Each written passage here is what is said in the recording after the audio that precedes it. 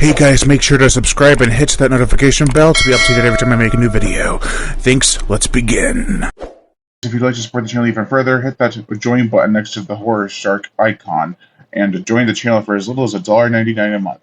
It would greatly help me out and I would really appreciate it.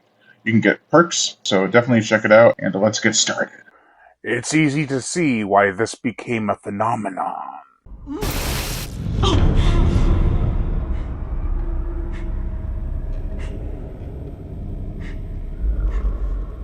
I want to play a game.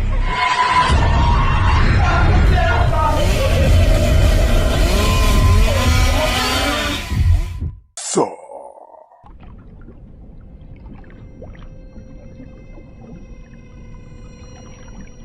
This is the 2004 crime thriller horror from director James Wan.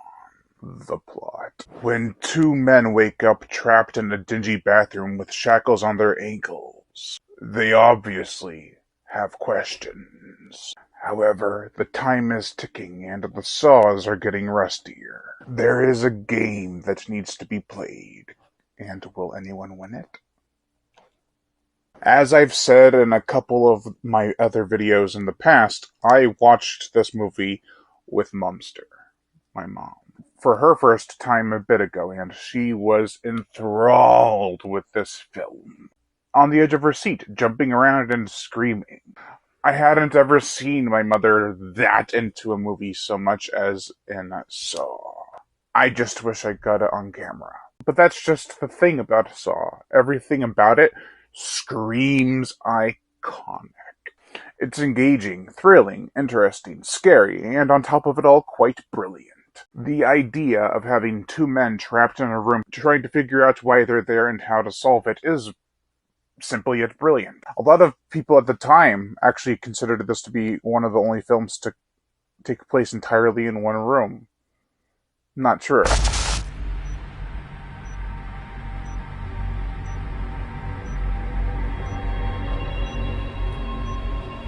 It doesn't take place in just one room for 100 minutes, thank God. We see a lot of those kind of movies now, like 127 Hours and The Shallows, where people are stuck in one situation in a certain area, and they have to try to survive. It was kind of the simple idea that got people so intrigued, but then how it was executed and handled really sold them on it. Why are they there? What will come of it? Oh, on a side note, the scene where Adam is captured, my mom had to leave for a couple seconds. She was too terrified. Saw is powerful, man.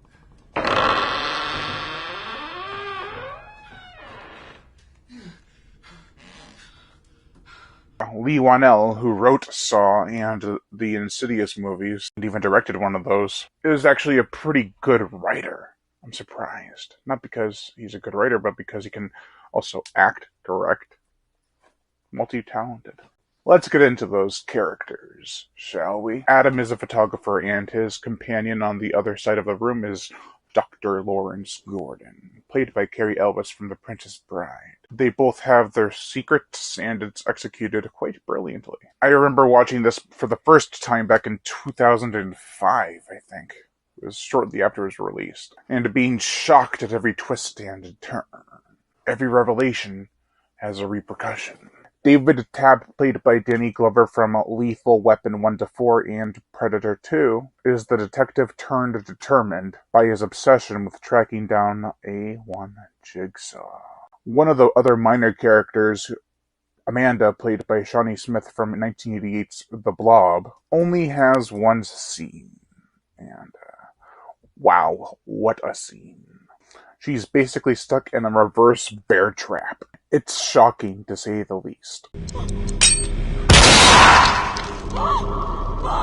Speaking of shocking, the ending of this movie.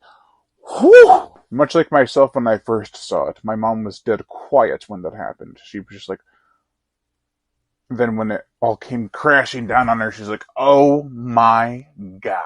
Now, I know I've said brilliant a couple times in this review, but I think one more is deserved for that ending. Brilliant. Oh, no!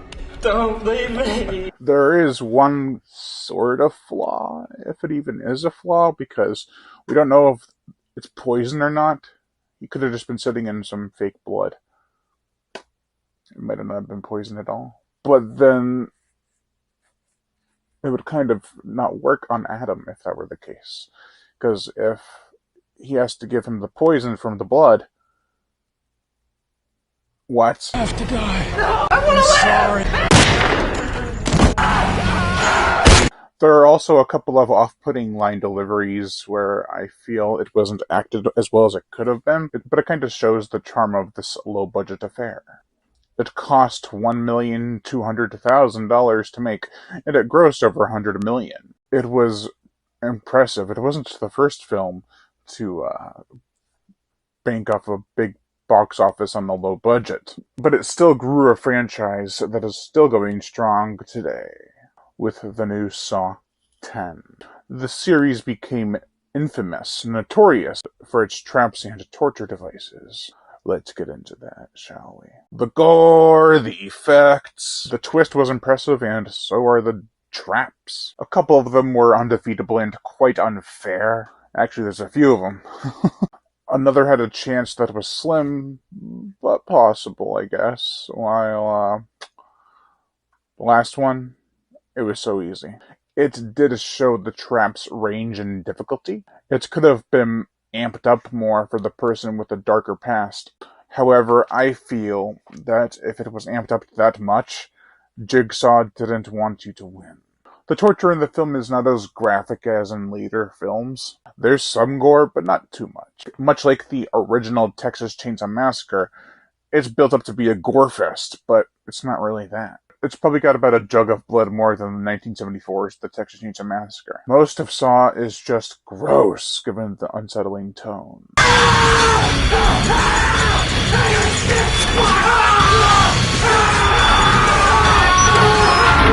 We get to these icky, grimy locations that are filthy and just want to make you leave them. It does deliver on the title, though, giving us a saw at the end, being used in a disturbing yet tasteful way.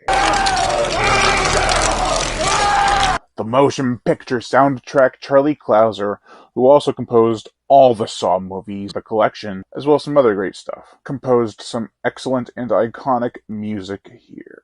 The main theme has stuck with people. There are other themes like Be Alright, Hello Zep, and a Zep Overture, which is the big one, that's really helped to amplify the emotion and powerful nature of these scenarios. Also, Reverse Bear Trap is notable for scratchy violins, which would have become very prominent in James Wan's Insidious movies. Overall, Saw is a classic, and for good reason.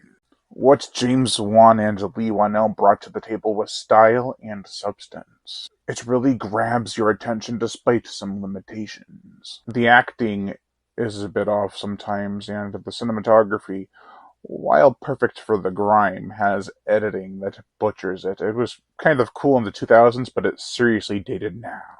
It was kind of cool when Dark Castle did it with 1999's House on Haunted Hill and 2002's 13 Ghosts. And it does so much work in Saw, to a degree. I'm on the fence about it, honestly. It's a perfect spooky time of the year type movie. Not really a Halloween movie, but they got released on Halloween almost every year for 7 years. It's a perfect to watch with friends and maybe family if they're into that kind of stuff. Otherwise, they might be turned off by the title alone. That's how impactful Saw is. You could just look at a 3-letter word and be like, deterred by it. It's not just a classic because of its legacy. This is a legit superb film.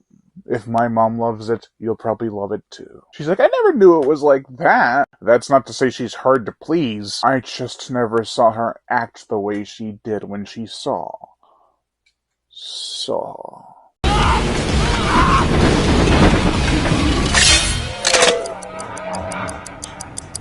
Thank you all for watching, and make sure to hit that notification bell to be notified every time I make a new video, and as always, subscribe.